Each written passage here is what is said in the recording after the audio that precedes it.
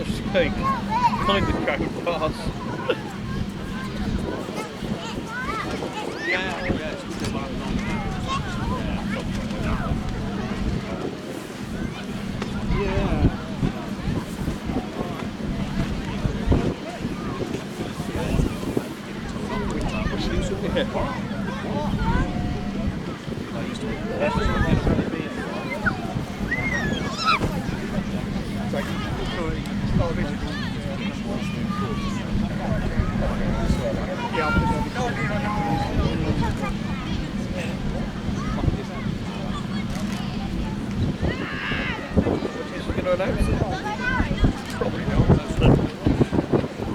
I was in there, yes, I noticed how much chatting they do.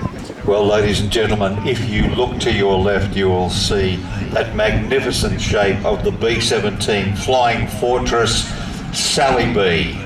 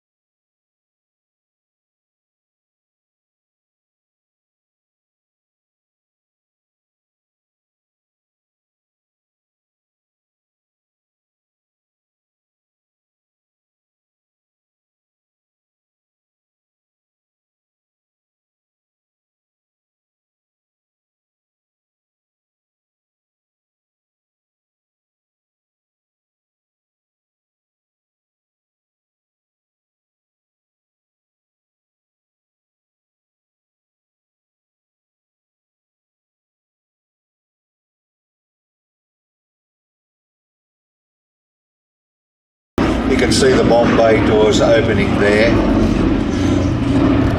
If it wasn't for a legal loophole in January 1936, we would not see that aeroplane. Eventually, over 12,700 built in 15 different variants, built by Boeing, Douglas, the Vega division of Lockheed Aircraft, and served with over 15 air arms.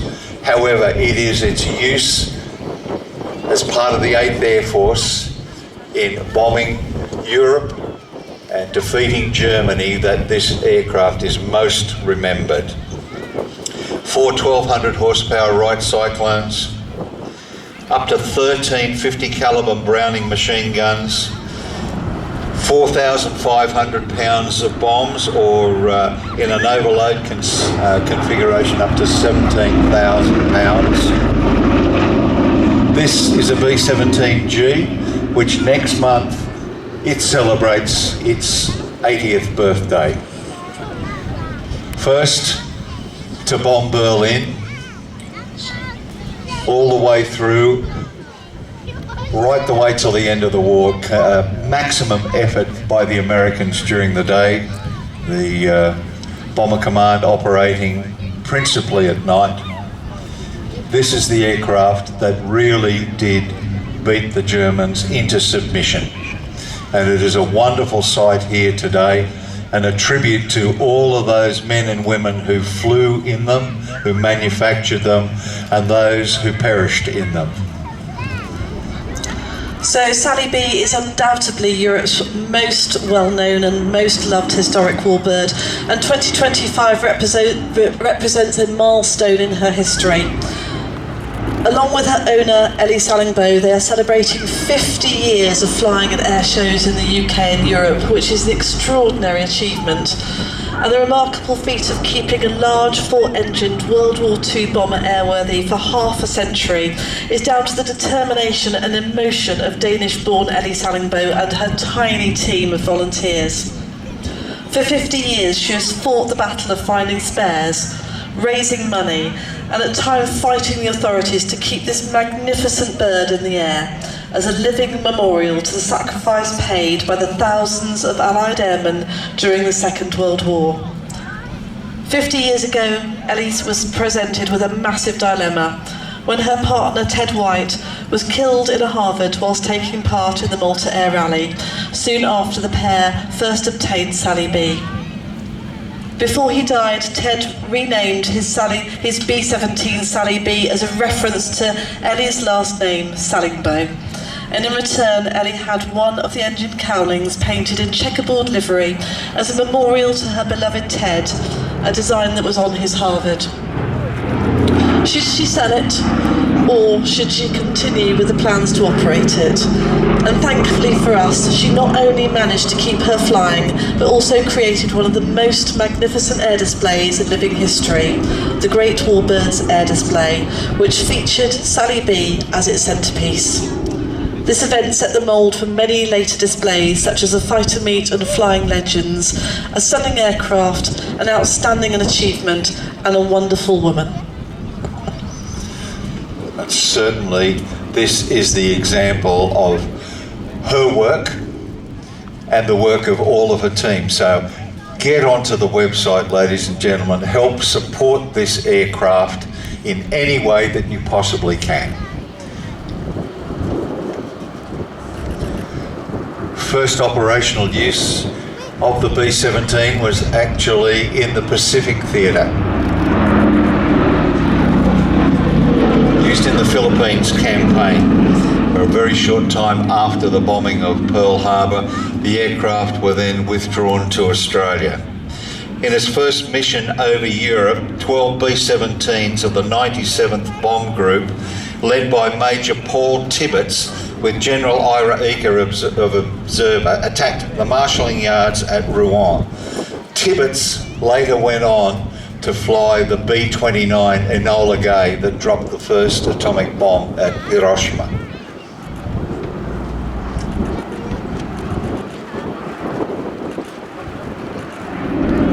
This aircraft is vastly different to the earlier model B-17s. You can see the twin chin-mounted 50 caliber machine guns, the tail turret, the Sperry ball or ventral turret. Post-war versions were fitted with lifeboats. Some were used as drone bombers or radar picket aircraft. And the B-17 in its Navy guise is the PB-1-W. It was actually the first Navy AWACS aircraft, or Airborne Early Warning and Control.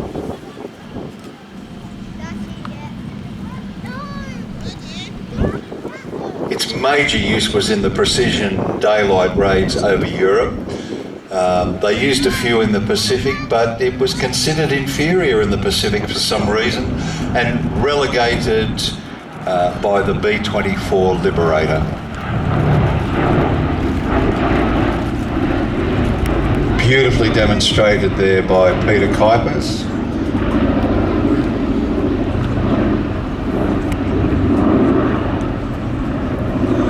It's interesting that some of the people that were involved with the B-17 included Gene Roddenberry of Star Trek fame, and also Tom Landry of the Dallas Cowboys, people who you would not think to be associated with aircraft of this nature.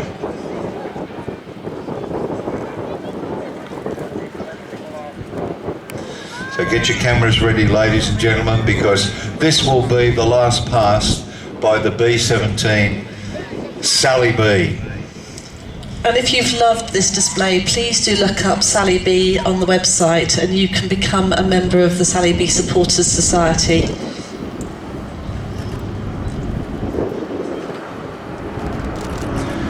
And that is a tribute, the smoke, to all of those pilots, navigators, bomb aimers, all of the crew who lost their lives during the operations over Europe.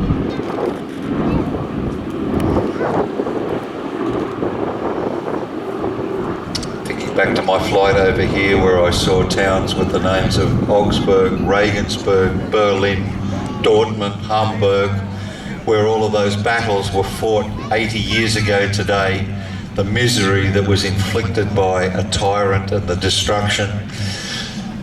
I hope we soon very much learn from that.